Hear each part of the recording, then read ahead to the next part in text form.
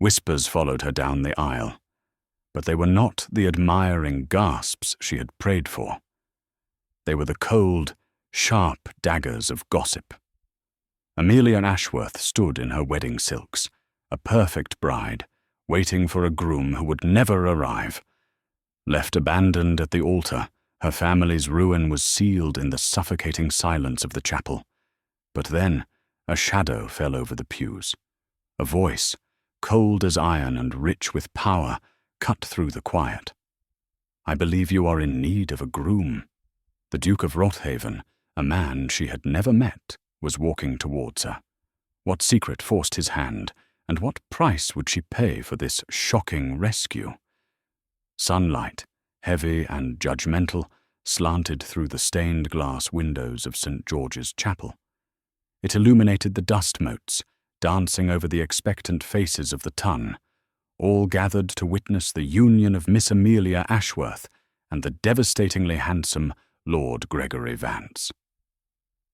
Amelia stood in the small antechamber, her fingers clamped so tightly around her bouquet of lilies that her knuckles were white. Her dress, of fine silk her mother had sacrificed a family heirloom to afford, felt suddenly heavy, like a shroud. "He is merely late, my dear," her father, Baron Ashworth, muttered, his face a mottled red. He pulled at his collar, his own anxiety, a sharp, sour scent in the air. The boy is fashionable, always fashionable. But Amelia knew. The sick dread that had been a small, cold stone in her stomach for a week had blossomed into a glacier. Gregory had been distant, his smiles not quite reaching his eyes, his touch cool. She had told herself it was pre-wedding nerves. She had been a fool. The organist, who had been playing a soft, hopeful prelude, faltered. His fingers stumbled on the keys, creating a discordant note that echoed the sudden, terrible shift in the chapel's atmosphere. The quiet murmur of the guests had stilled. It was a complete, suffocating void of sound. Amelia stepped forward, pushing past her father. She had to see. She moved to the edge of the doorway, peering into the crowded nave. Every head was turned, not towards her, but towards the back. A young man, one of Gregory's groomsmen, was striding up the aisle, alone. He looked pale, his movements hurried. He didn't stop at the altar but went directly to her father and pressed a folded piece of parchment into his hand. Baron Ashworth's hands trembled as he broke the wax seal. Amelia watched his face. She saw the blood drain from it, leaving a waxy, grey pallor. She saw his eyes widen, not in anger, but in a kind of profound, devastated shock. "Father," Amelia whispered, though she already knew. He didn't speak. His hand fell to his side, the letter slipping from his nerveless fingers. It drifted to the cold stone floor. The whispers began. They started at the front, a ripple of shocked intakes of breath, and grew into a wave of hissing commentary that crashed over Amelia. Abandoned. At the altar, can you imagine? Poor girl. Her family is ruined. Heard he was seen with Lady Diana Sterling.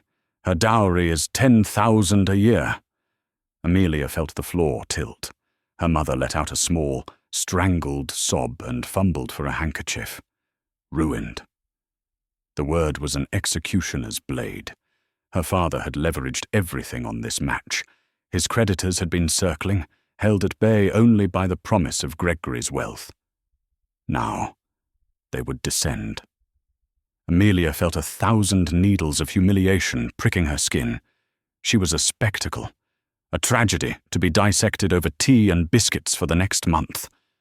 She backed away from the doorway, her vision blurring, her breath coming in short, panicked gasps. She was going to faint. She knew it. She leaned against the cold oak paneling, the world spinning into a pinwheel of bright glass and dark stone. The wedding will proceed. The voice was not a shout, but it commanded the attention of every soul in the chapel. It was deep, resonant, and held an arctic chill. The whispers died instantly, cut off as if by a knife. Amelia's vision swam back into focus. The crowd had parted, creating a wide aisle. A man was walking towards her. He was not a guest. He was a presence, tall, broad-shouldered, and dressed in a perfectly tailored coat of black, superfine wool that spoke of immense, effortless wealth. His face was a masterpiece of aristocratic disdain, high cheekbones, a strong jaw, and eyes the color of a winter sky. He moved with an unhurried, predatory grace, his boots echoing on the stone. Amelia knew who he was. Everyone did. Arthur Blackwood, the Duke of Rothaven. He was a myth, a recluse, the wealthiest man in England, rumoured to be ruthless in business and colder still in person. He had not been seen at a society event in 5 years, not since the tragic death of his first wife. He did not stop at the pews. He did not pause to speak to her father. He walked directly up the aisle, through the antechamber doorway, and stopped a single pace from Amelia. He looked down at her, his expression unreadable. She could see now the fine silver threads at his temples, the lines of concentration etched between his brows. He was not handsome like Gregory. Gregory was a summer day. This man was the raw, untamed beauty of a midnight storm. His gaze flickered over her, taking in her trembling form, the tears clinging to her lashes, the white-knuckled grip on her flowers. "Miss Ashworth," he stated. His voice was even colder up close. "I believe you are in need of a groom." Amelia could only stare, her mouth half open. The Duke's gaze did not waver. He offered her his arm, his gloved hand held steady. "Your Grace," her father stammered, scrambling forward, "I don't understand." "You understand perfectly, Baron," the Duke said, his eyes never leaving Amelia's. "Your daughter is at the altar. I am at the altar. The guests are present. The vicar is waiting. It seems a terrible waste of lilies to do otherwise." It was not a proposal. It was a declaration.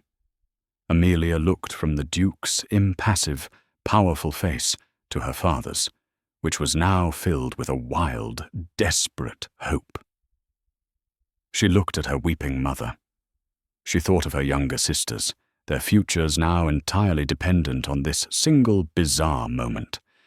She thought of the whispers, the humiliation, the cold, empty carriage ride home. Ruin was one path. This dark, terrifying, unexplainable man was the other. Her hand, as if it had a will of its own, lifted from her bouquet. The lilies scattered, unheeded, onto the floor. She placed her trembling fingers on the black wool of the Duke's offered arm. His hand immediately covered hers, a gesture that was not gentle but possessive. Final. "Good," he said, as if concluding a minor business arrangement. He turned, pulling her with him, and guided her out of the shadows of the antechamber and into the full, stunned view of the entire London society. "Vicar," the Duke of Rothaven's voice boomed, "let us begin. The bride is impatient." The ceremony was a blur. Amelia moved through it like a woman in a dream, or perhaps a nightmare. She was aware of the vicar's voice, trembling as he skipped half the liturgy to get to the binding phrases. She felt the heavy, cold weight of the ring the Duke produced.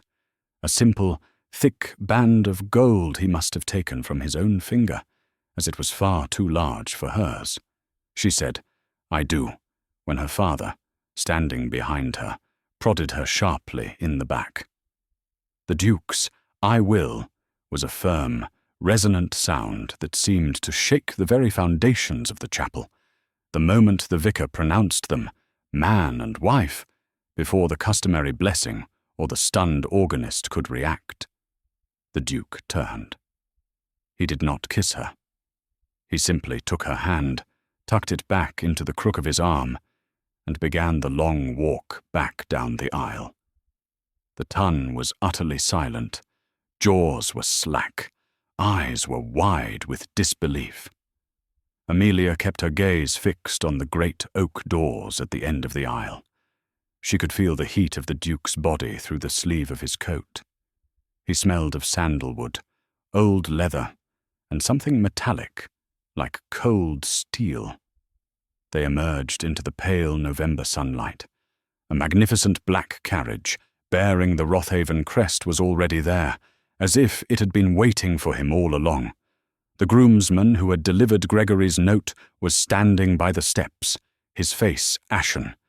He was, Amelia realized, the Duke's man, not Gregory's. This entire event, from the delivery of the note to the Duke's timely arrival, had been orchestrated. The Duke handed her into the carriage without a word, his touch impersonal, but firm. He climbed in after her, settling onto the opposite velvet squab. He rapped the roof with his cane, and the carriage lurched into motion. They sat in silence. The carriage was cavernous, insulated from the sounds of the street. Amelia stared at her hands, the oversized gold band sliding precariously on her finger. She was now the Duchess of Rothaven. The title felt like a borrowed coat, absurdly large and belonging to someone else. "You have questions," he said. It was not a query. Amelia swallowed. Her throat was dry. "Why?" she finally whispered.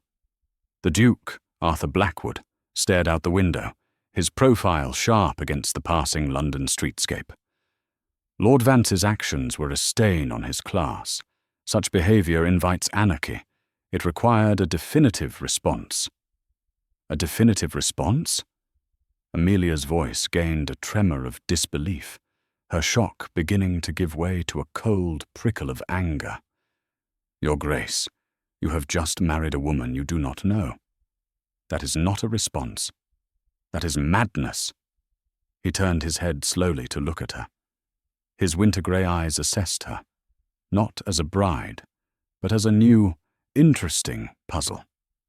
Madness, Duchess, is allowing a worm like Gregory Vance to shatter the reputation of an old family without consequence. What I did was strategic. "You used me," Amelia stated, the pieces clicking into place. "The note. Your man. You knew Gregory wouldn't be there."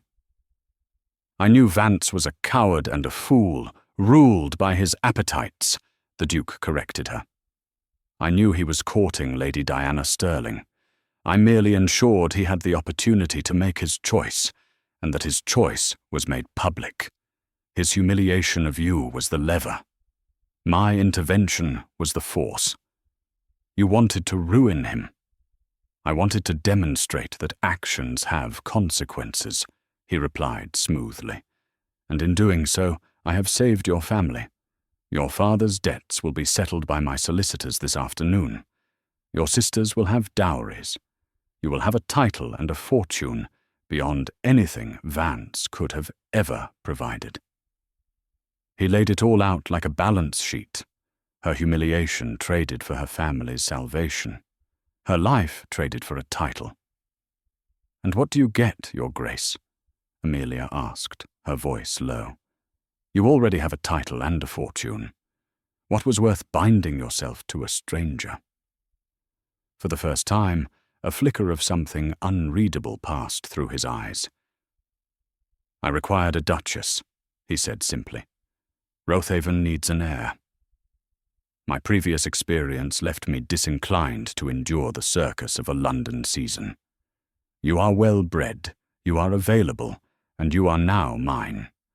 It is a mutually beneficial arrangement." Amelia felt a chill colder than the November air. He spoke of his first wife, the tragic Isabella, as a previous experience. He spoke of this, their wedding day, as an arrangement. "So I am a broodmare," she said, the words bitter on her tongue. The Duke's eyes narrowed. "You are the Duchess of Rothaven. You will be afforded every respect and luxury that title commands. In return, you will provide the heir that is required." His voice was flat, devoid of emotion. "Do we understand each other, Amelia?" He had used her name. It sounded alien in his mouth, a piece of her old life he now claimed ownership of. "And if I cannot?" she dared to ask. The carriage hit a bump, and the oversized ring on her finger clinked against the window frame. "Then you shall be the wealthiest, most secure, and most barren duchess in England," he replied, his voice softening just a fraction. "But you will still be the duchess. I do not default on my bargains, and I expect you to uphold yours." The carriage slowed, turning through a massive wrought-iron gate. They had arrived at Rothaven House, the Duke's monolithic London palace. It loomed before them, a mountain of grey stone and dark windows, intimidating and impenetrable. "Your new home," the Duke said. Amelia looked at the imposing facade, then back at the cold, powerful man sitting opposite her.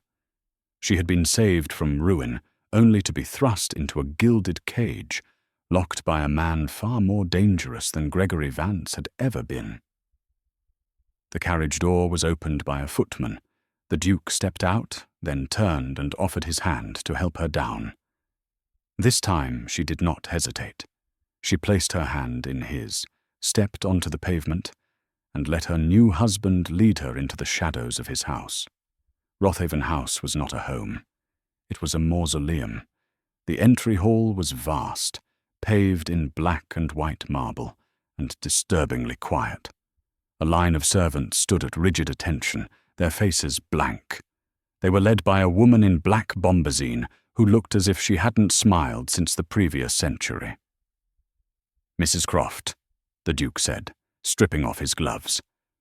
"This is the Duchess, my wife." Mrs. Croft executed a perfect, chilling curtsy. "Your Grace." Her eyes, small and dark, swept over Amelia, cataloguing her damp dress, her scattered hair, and her terrified expression. It was a look of profound disapproval. "You will show the Duchess to the mistress's chambers. See that her belongings are fetched from her father's house, and that a new wardrobe is commissioned immediately. From Madame Dubois. She will require everything." "Yes, Your Grace. We will dine at 8, in the main dining room. You will join me, Duchess," he said to Amelia.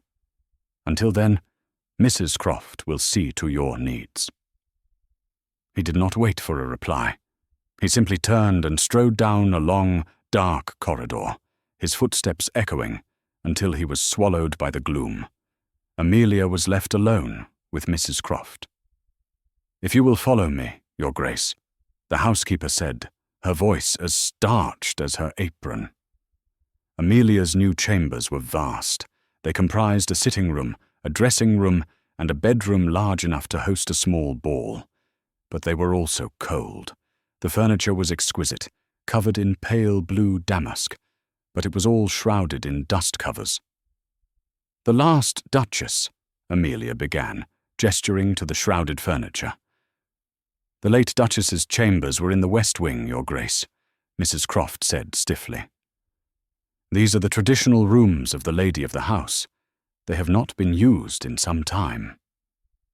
"The West Wing?" Mrs. Croft's lips thinned into a razor line. "The Duke keeps the West Wing sealed, in memory of the late Duchess Isabella. You will not go there. Those are the rules." The rules! Amelia was discovering there were many. The afternoon was a blur of fittings, of maids unpacking her few meagre trunks, their contents looking pathetic against the backdrop of such opulence. Mrs. Croft presented her with a set of keys. "These are for the household accounts, the silver vault, and the linen press. This one," she said, holding up a heavy, ornate iron key, "is for the wine cellar. The Duke is very particular about his cellar." Amelia was given no key for the West Wing. At precisely 8 o'clock, she descended the grand staircase, dressed in the only suitable gown she owned, a deep green velvet. The Duke was waiting for high-backed chairs at either end, a distance of 30 feet between them. The meal was served in perfect, oppressive silence by footmen who moved like ghosts. The Duke ate, his attention fixed on his plate. "Did my father receive your solicitors?" Amelia asked, desperate to break the silence. "He did," the Duke replied, not looking up. "His debts are cleared. Your family is solvent. I have purchased a commission for your brother in the Royal Navy." Amelia's heart leapt. Her brother Robert had dreamt of the Navy. "How did you—" "I know the Admiral of the Fleet. It was a simple matter." He finally raised his eyes. "You have upheld your part of our bargain, Duchess. I am upholding mine." This was her life now. A series of transactions. Weeks passed. A routine established itself, as rigid as a military drill. Amelia breakfasted alone in her chambers. She spent her days reading in the massive, cold library or walking in the small, walled-in garden. She dined with the Duke every night at 8. Their conversations were brief, formal, and utterly devoid of personal connection. He gave her a staggering allowance, which she used to buy books, and, much to Mrs. Croft's disapproval, to send anonymous donations of food and coal to the orphanage in Cheapside, a district she knew well from her own family's poorer days. He never came to her chambers. She never went to his. The arrangement was, as he had predicted, secure and barren. The first crack in their perfect cold facade appeared at the winter ball, hosted by the Duke's aunt. It was Amelia's first public appearance as the Duchess of Rothaven. She was a spectacle. The whispers followed her as she entered the ballroom on the Duke's arm. But this time, the whispers were not of pity. They were of awe and fear. She was the woman the terrifying Duke had plucked from obscurity. And then she saw him, Gregory Vance. He was standing near the champagne fountain, his new wife, Lady Diana, clinging to his arm. He looked the same, arrogant, handsome, and utterly pleased with himself. When he saw Amelia, his eyes widened, and then he smiled, a slow, condescending smile. He raised his glass to her in a mocking toast. Amelia felt the blood drain from her face. The old familiar humiliation washed over her. Before she could react, a hand settled on the small of her back. It was the Duke's. His touch was firm, possessive, and radiated an incredible warmth through the fabric of her gown. "Do not give him the satisfaction of your fear, Duchess," Arthur murmured, his voice pitched so only she could hear it. His lips brushed the shell of her ear, a shockingly intimate gesture. "You are a lioness now. He is a scavenger. Look at him as you would any other insect." His strength flowed into her. She lifted her chin. She met Gregory's gaze, and she smiled. A small, cold, dismissive smile, the kind she had seen the Duke use a dozen times. Gregory's smile faltered. "Good," Arthur breathed. He guided her onto the dance floor. As he took her in his arms for the waltz, he did not look at her. He looked over her head, his gaze fixed on Gregory Vance. And for the first time, Amelia realized the Duke's coldness was not an absence of feeling. It was a banked fire. His hand tightened on her waist. "He will not look at you again," the Duke promised. And for the rest of the night, Gregory Vance did not. He and his new wife left the ball within the hour. Amelia went to bed that night, feeling something new. It was not love. It was not even affection. It was a strange, unsettling flutter of protection. Her husband, the cold, calculating stranger, was a shield. But as she lay in her cold, lonely bed, she wondered, a shield against what? And what was the price of his protection? The mystery of the West Wing began to haunt Amelia. Mrs. Croft's warning had been stark, but it only fueled Amelia's curiosity. What had happened to the first Duchess, Isabella? The Tun whispered of a tragic accident. Mrs. Croft's grimness suggested something more, and the Duke spoke of her as a previous experience, yet he had sealed an entire wing of his house in her memory. The two facts did not align. Amelia began her investigation subtly. She asked the younger maids, the ones less indoctrinated by Mrs. Croft's reign of terror. "Oh, 'twas a terrible thing, Your Grace," whispered Sarah, a young housemaid, her eyes wide as she polished the silver. "They say she was beautiful, like a porcelain doll, but sad. Always sad. She fell, you see." "Fell," Amelia pressed. "From the balcony, in the west wing, right onto the stone terrace below." Sarah shuddered. "The Duke, they say he didn't leave his study for a month, and when he came out, he ordered the wing locked. No one's been in since. A fall, or a jump." Amelia became obsessed. The west wing was on the same floor as her own chambers, but the hallway connecting them was blocked by a heavy, locked oak door. There was no key for it on the ring Mrs. Croft had given her. But Amelia was Baron Ashworth's daughter, a man who had taught his children many things, including, during a brief and misguided period of living off the land, how to pick a simple lock. Her father had been terrible at it. Amelia, with her small, nimble fingers, had been a natural. One night, long after the house had fallen silent, Amelia crept from her room, a single candle in her hand. She carried with her a thin metal hairpin. The lock on the west wing door was old, but it was not complex. It took her less than a minute. The tumblers clicked, loud in the silent hall. She pushed the door open. The sound of the hinges groaning was a scream in the darkness. A rush of cold, stale air hit her, carrying the scent of dust and dried flowers. She stepped inside. The west wing was a time capsule. Moonlight streamed through the tall windows, illuminating furniture shrouded in white cloths, like a garden of ghosts. It was exactly as the maid had said. This wing was not abandoned. It was preserved. She walked through a sitting room, her feet silent on the thick carpet. At the end of the hall was a bedroom.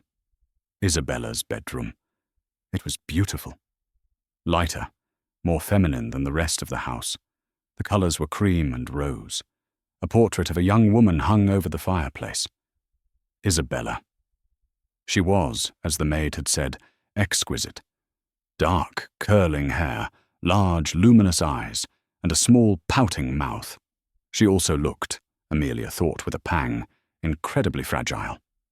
On the bedside table, next to a dried, blackened rose in a crystal vase, was a small, leather-bound book. A diary. Amelia's hand trembled. This was a violation, an intrusion on a dead woman's most private thoughts. She should leave, but she didn't. She sat on the edge of the dusty, shrouded bed, opened the book, and began to read. The early entries were full of light, the giddy joy of a young woman engaged to the most powerful man in England. "Arthur is so strong, so serious. He frightens me a little, but he is kind. He says I am his dove." Amelia's stomach tightened. The Duke had called his first wife Dove.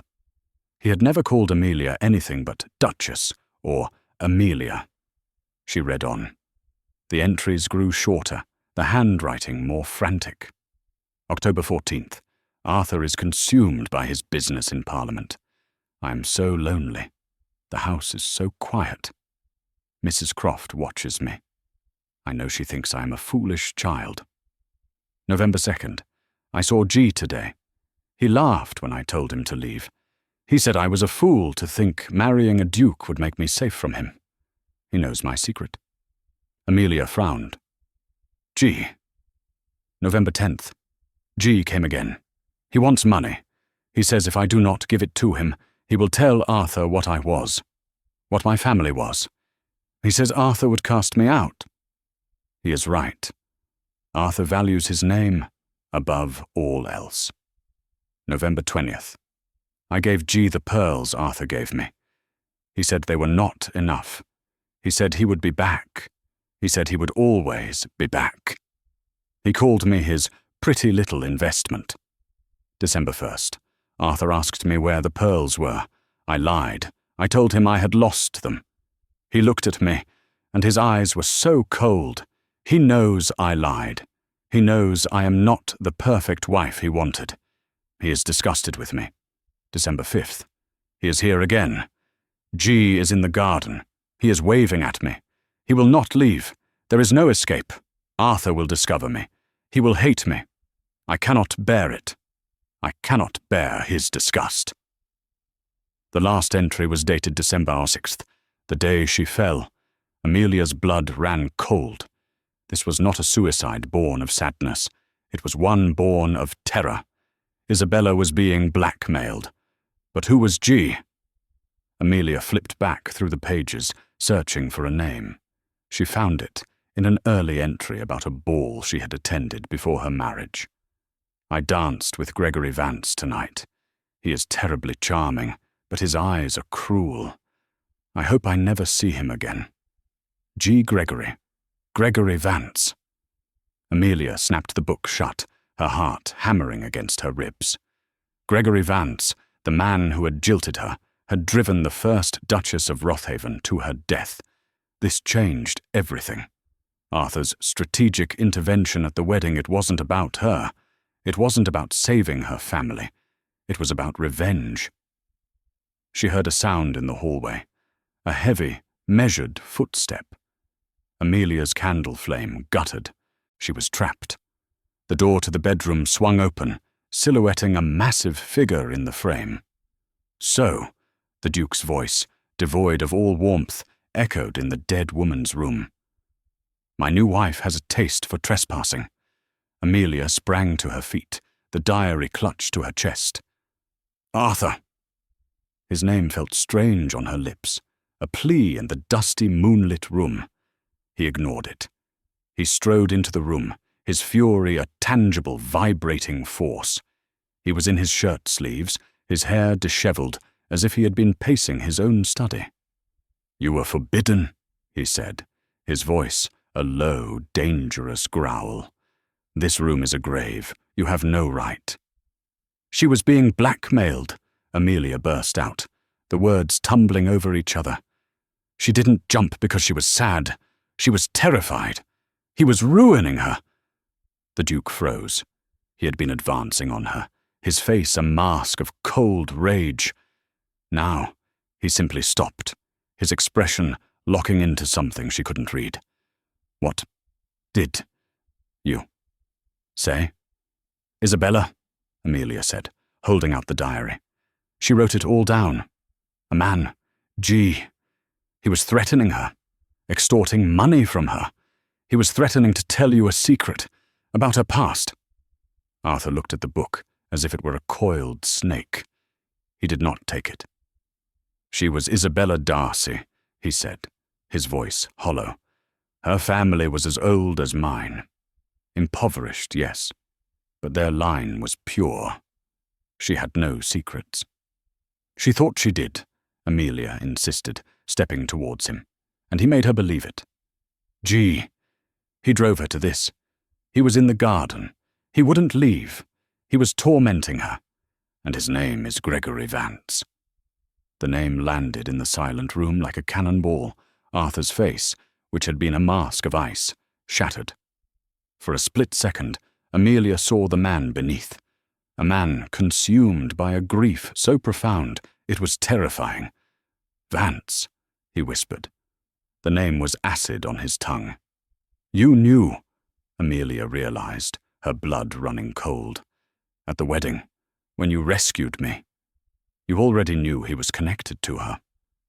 No, Arthur said, turning away from her, running a hand through his hair. I suspected.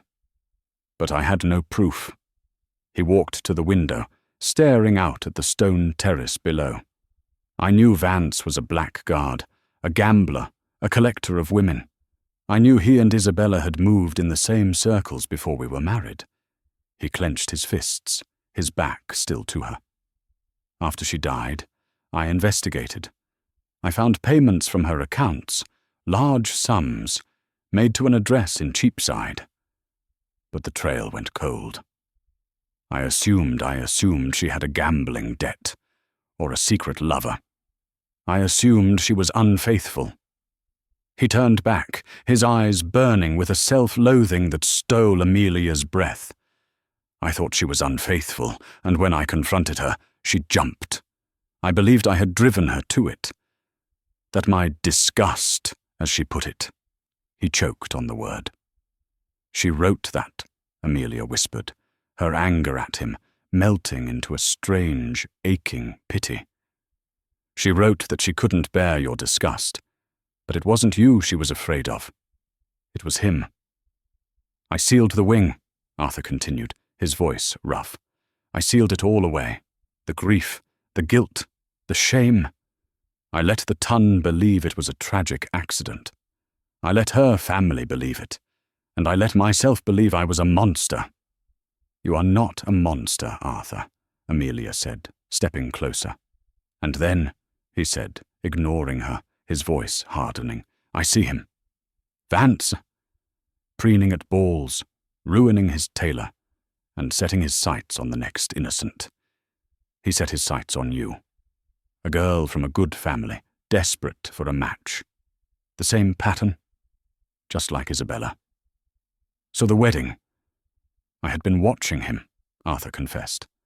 I knew he was about to jilt you for the sterling dowry. I saw a chance. To protect you, yes. But more to trap him. To bind him to me. How? By marrying you, Amelia. I made his insult to you a personal insult to the Duke of Rothaven. I gave myself the right to ruin him, the right to destroy him utterly, in a way that would not be questioned. It was a cold calculation, a debt to the dead. Amelia stood, absorbing the shock. Her entire marriage, her rescue, her new life, it was all a careful, intricate prelude to a revenge plot. She had been a pawn, a very well-treated, very well-dressed pawn. You used me, she said, the words flat. Yes, he said, unflinching. I did. I used your humiliation to justify my war, and I would do it again. Amelia should have been furious. She should have been outraged. But as she looked at him, the powerful Duke, standing broken in his dead wife's room, she felt only a terrible, aching clarity. He called her his pretty little investment, Amelia said, reading from the diary. He said he would always be back. This isn't just about your guilt, Arthur. This is about justice for her. He finally looked at her, really looked at her. Not as a duchess, not as a brood mare, not as a pawn, but as an equal. He destroyed my first wife, Amelia, Arthur said, his voice raw. I will not let him destroy my second. The "my" hung in the air, a word of possession. But this time it felt different. It felt like a promise. What do we do? Amelia asked, closing the diary. First, the Duke said, his eyes turning from pained to flinty, we open this wing, we let in the light. And then, he took the diary from her hand, his fingers brushing hers. We find the address in Cheapside. The following morning, the staff of Rothaven House was thrown into chaos. The Duke, in a voice that brooked no argument, ordered the West Wing unsealed, unshrouded, and aired. Mrs. Croft looked as if she might faint, but she obeyed. While the maids scrubbed away the past, Arthur and Amelia sat opposite each other in his study. The room, usually his solitary fortress, now felt shared. He had Isabella's diary open on the desk. Cheapside. The payments were made to a Mr. Silas Croft. Amelia's head snapped up. Croft, like Mrs. Croft. Her brother, Arthur said, his expression grim. A disbarred solicitor, from what my man can gather. A bottom feeder, which makes him perfect for blackmail. So Mrs. Croft knew, Arthur finished, or at least suspected, which explains her loyalty.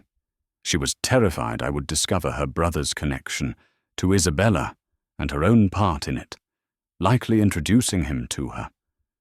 She protects my privacy to protect her own family's secrets. It was a web, intricate and venomous. "We must go to him," Amelia said. Arthur nodded. "Today. But not as the Duke and Duchess of Rothaven. He will bolt. We go as clients."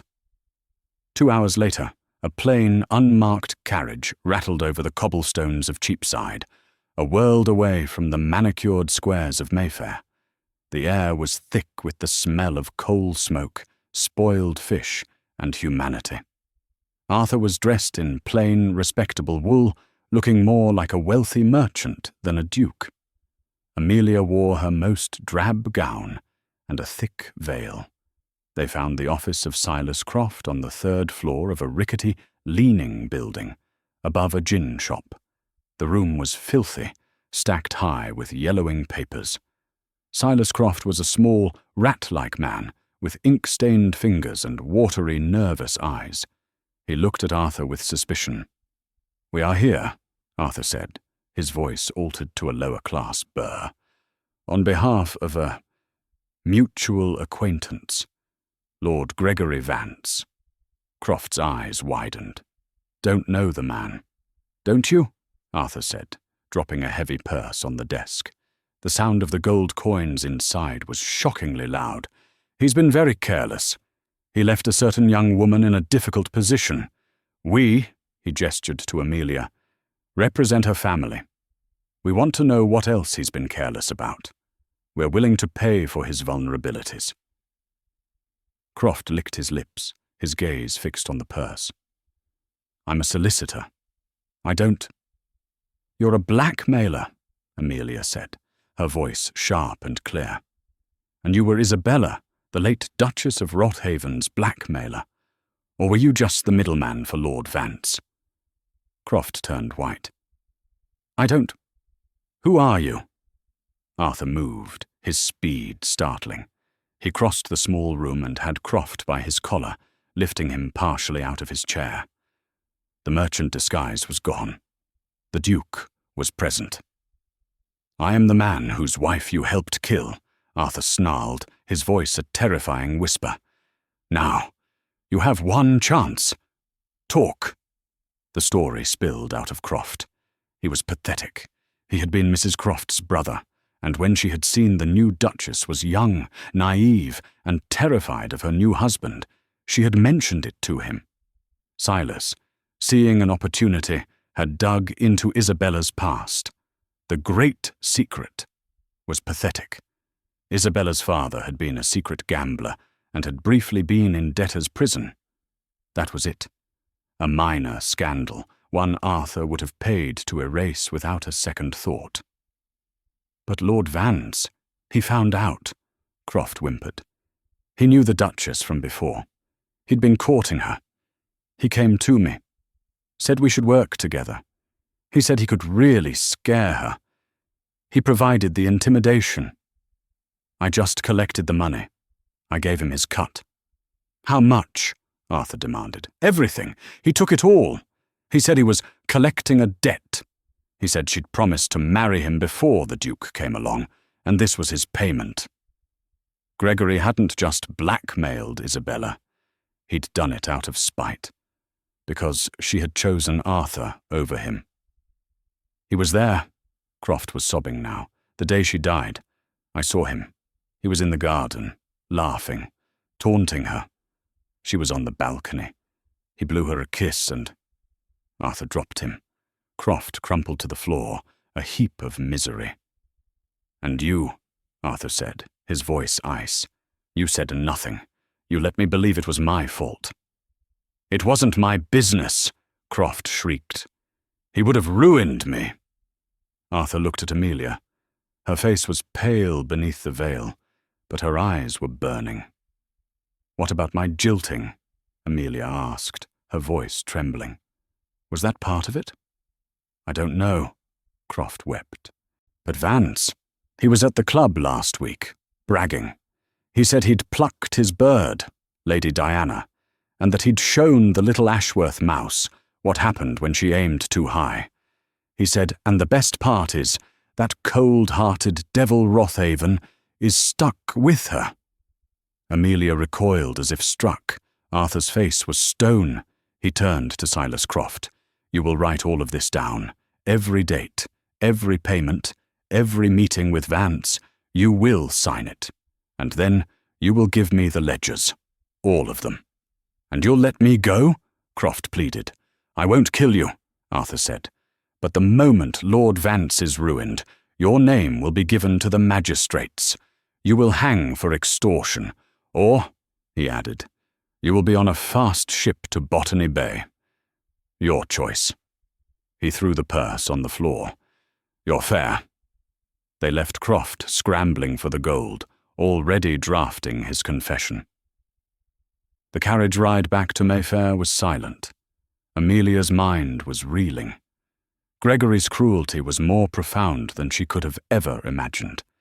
He hadn't just jilted her, he'd bragged about it, seeing it as a way to wound the Duke himself. Arthur finally spoke as they pulled up to Rothaven House. "He underestimated you, Amelia." "He underestimated us," she corrected. He looked at her, his grey eyes searching her face. "When I married you, it was a cold, calculated act. A means to an end." "I know," she said. "What I did not anticipate was you." He reached across the carriage and took her hand. His grasp was not possessive this time. It was warm. "You are not a pawn. You are a queen." He raised her hand to his lips. It was the first time he had initiated a truly gentle, personal contact. "Tonight," he said, his voice hardening again, "we host a ball, our first as Duke and Duchess, and we will see this through. Together." Rothaven House, once a fortress of solitude, was ablaze with light. For the first time in 5 years, the grand ballroom was open, filled with the music of a full orchestra, the scent of 1,000 flowers, and the glittering, gossiping mass of the Tun. Amelia stood at the top of the grand staircase, Arthur at her side. She was wearing a new gown, commissioned by the Duke, of the deepest midnight blue velvet, embroidered with tiny diamonds that glittered like stars. Around her throat was a new necklace, the Rothaven emeralds. They were heavy, cold, and a magnificent statement of power. She was no longer the jilted bride. She was the Duchess, and she was on the hunt. Gregory Vance and Lady Diana arrived late, as was their fashion. Gregory looked triumphant. His marriage had secured his finances, and his public humiliation of Amelia Ashworth had, in his mind, been forgotten, eclipsed by her shocking elevation. He saw them, his rival Duke and his spurned bride, and he had the audacity to saunter over, his new wife on his arm. "Your Grace," he said to Arthur, a sneer playing on his lips, "and Duchess." He bowed to Amelia, his eyes openly mocking her. "You are looking well. Marriage agrees with you. Though I must say, I am surprised to see you hosting. I always thought Rothaven was above such things." "Things change, Vance," Arthur said, his voice a pleasant, icy baritone. "We are celebrating. New beginnings." "Indeed," Gregory said. "Well, one man's cast off is another man's Duchess, it seems. You must thank me, Rothaven.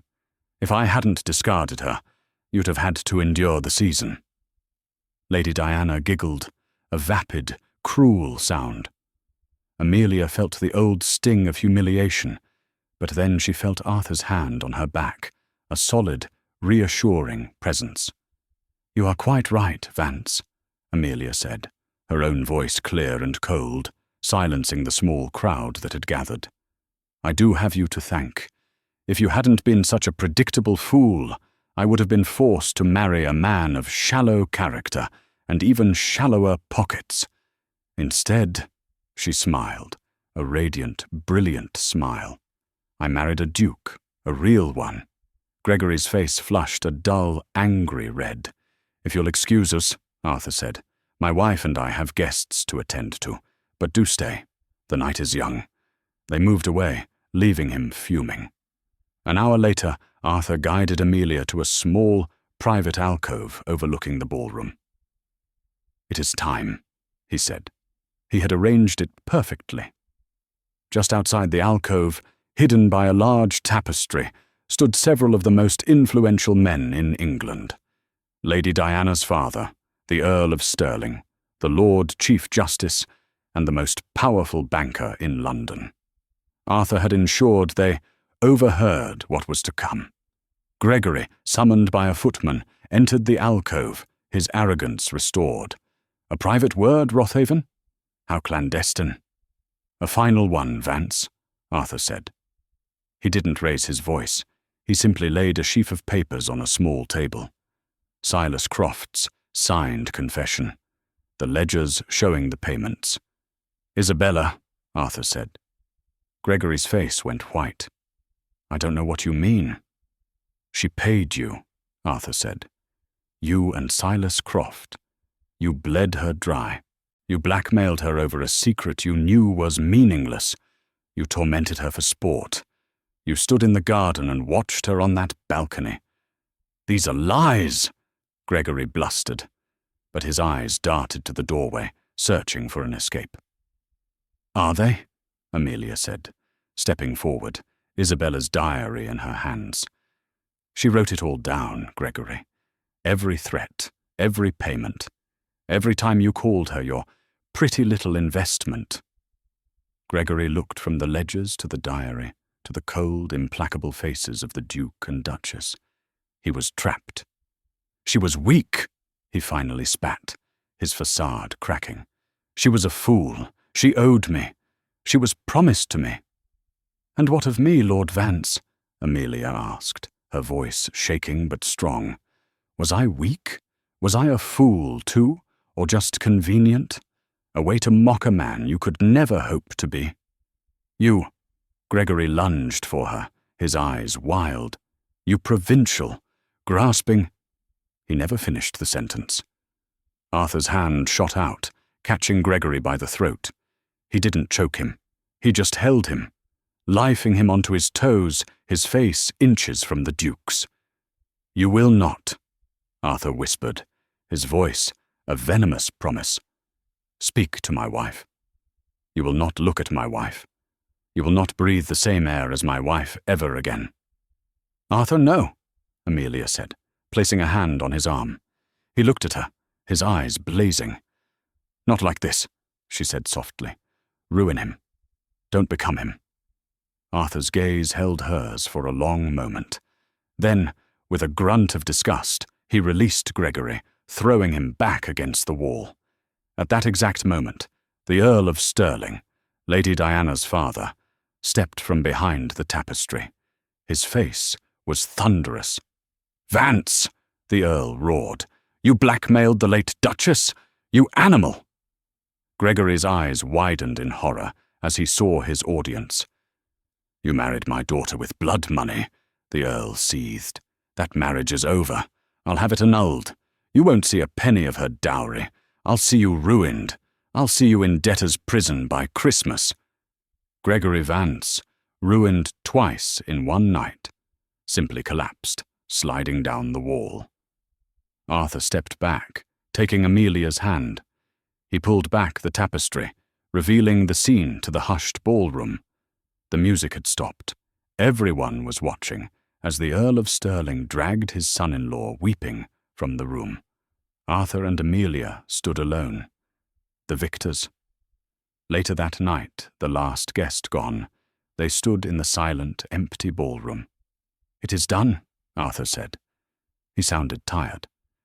"It is," Amelia agreed. "Justice. For Isabella." He turned to her. The house was quiet around them. He reached out and touched her face, his thumb brushing her cheek. "And for you, Amelia, I hope." "I was never saved by a duke, Arthur," Amelia said, meeting his gaze. "I was saved by a man who was grieving and angry and human." He leaned down, and for the first time his lips met hers. It was not the cold, transactional kiss of a stranger. It was not the desperate kiss of a savior. It was the kiss of a partner, a kiss of equals. "The West Wing, the rooms are clean," he murmured against her lips. "The maids found this." He pulled a small, silver locket from his pocket. It was the one Isabella had described in her diary, the one she had lost. Gregory must have dropped it in his haste. "Her memory is at peace," Amelia whispered, closing her hand around the locket. "And so," Arthur said, "is mine." He lifted her into his arms, and for the first time, the Duke of Rothaven carried his wife over the threshold. Not into the cold, barren chambers of the Duchess, but into the West Wing. Into the rooms that were no longer a grave, but a home. Their home. And so, the jilted bride and the cold-hearted Duke found that their bargain, forged in humiliation and revenge, had become something else entirely. They didn't just save a reputation, they saved each other. They proved that sometimes the greatest love stories don't start with a glance, but with a rescue, a mystery, and the promise that even the coldest hearts can be taught to burn again. Thank you so much for listening to this story. If you felt that thrill of the last-minute rescue, or the satisfaction of seeing a villain finally get what he deserved, please show your support. Hit that like button. Share this video with a friend who loves a good historical drama. And most importantly, subscribe to the channel for more stories of shocking twists, high-stakes romance, and happily ever afters that are earned, not given. We have so many more tales to tell, and we can't wait to share them with you. Thank you for being here, and we'll see you in the next story.